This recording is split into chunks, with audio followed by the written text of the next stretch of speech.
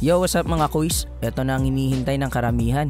Ang muling paghaharap ng Daily Dayo at Team Fatima. Muling sasabak sa mabigat na laban ng team ng Daily Dayo dahil pambato ng Las Piñas ang kanilang makakatapat. Ngayon ay papunta na kami sa nasabing venue. At ito ay sa Mapayapa Village kung saan nakatira ang aking partner na si paring JL. Pagdating pa lang namin sa court ay grabe ng mga taong nakaabang para mapanood ang kanilang salpukan.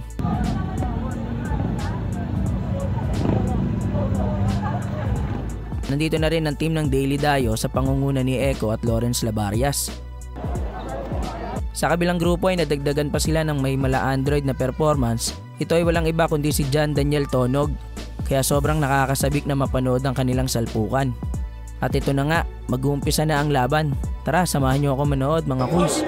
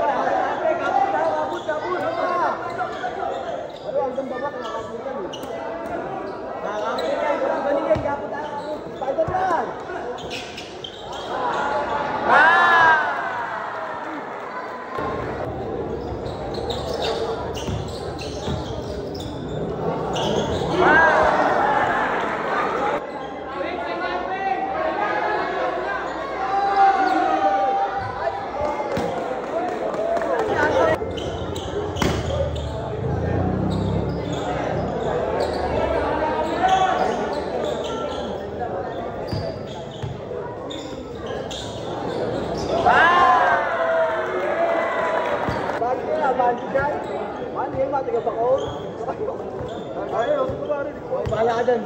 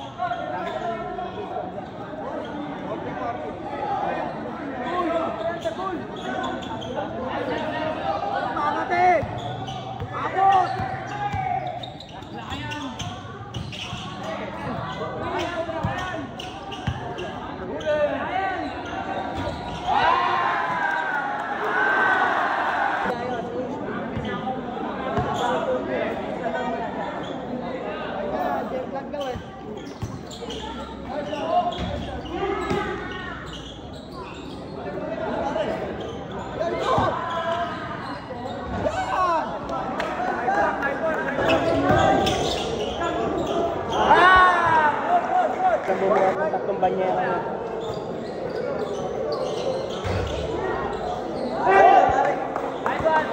Mga boss, mga idol, maraming salamat sa inyo. Pagkaya mga live, palambing na rin. Pariyak na lang din ako. Score natin 6-5. Lamang yung team na ng Patina.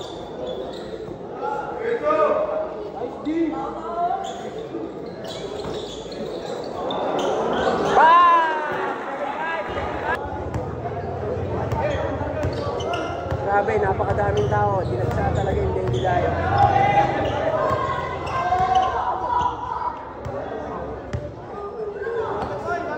Baka-order.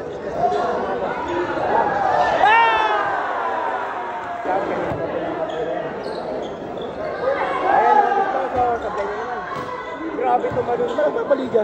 Kaya? Si Batman? Kaya nagpapaliga? Ay, hindi po. Uli niya, pag-aling.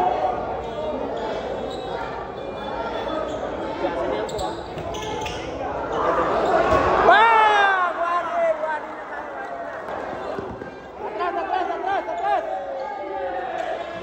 Warning na tayo. Atras! Warning na. Warning.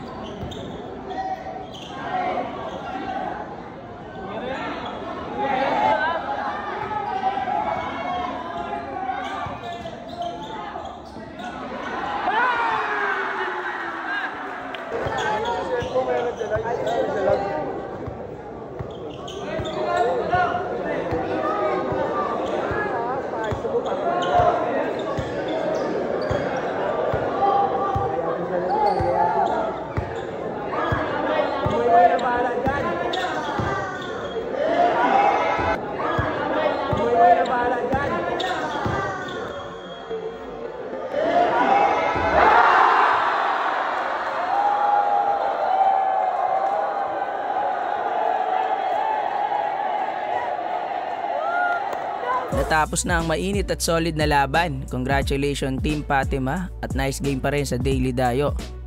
Maraming salamat rin sa mga tropang nanood live. Napakalaking boost para sa amin yun. Sa mga gustong madayuhan ng kanilang lugar, message lang po kayo sa page Amazing Basketball at Daily Dayo.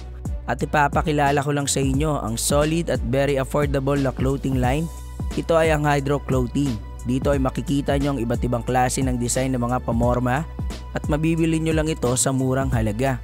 For more details, message lang kayo sa page ang Hydro Clothing na nasa screen. Paki-like and follow na rin po yung mismong page nila. Maraming salamat po mga kuys!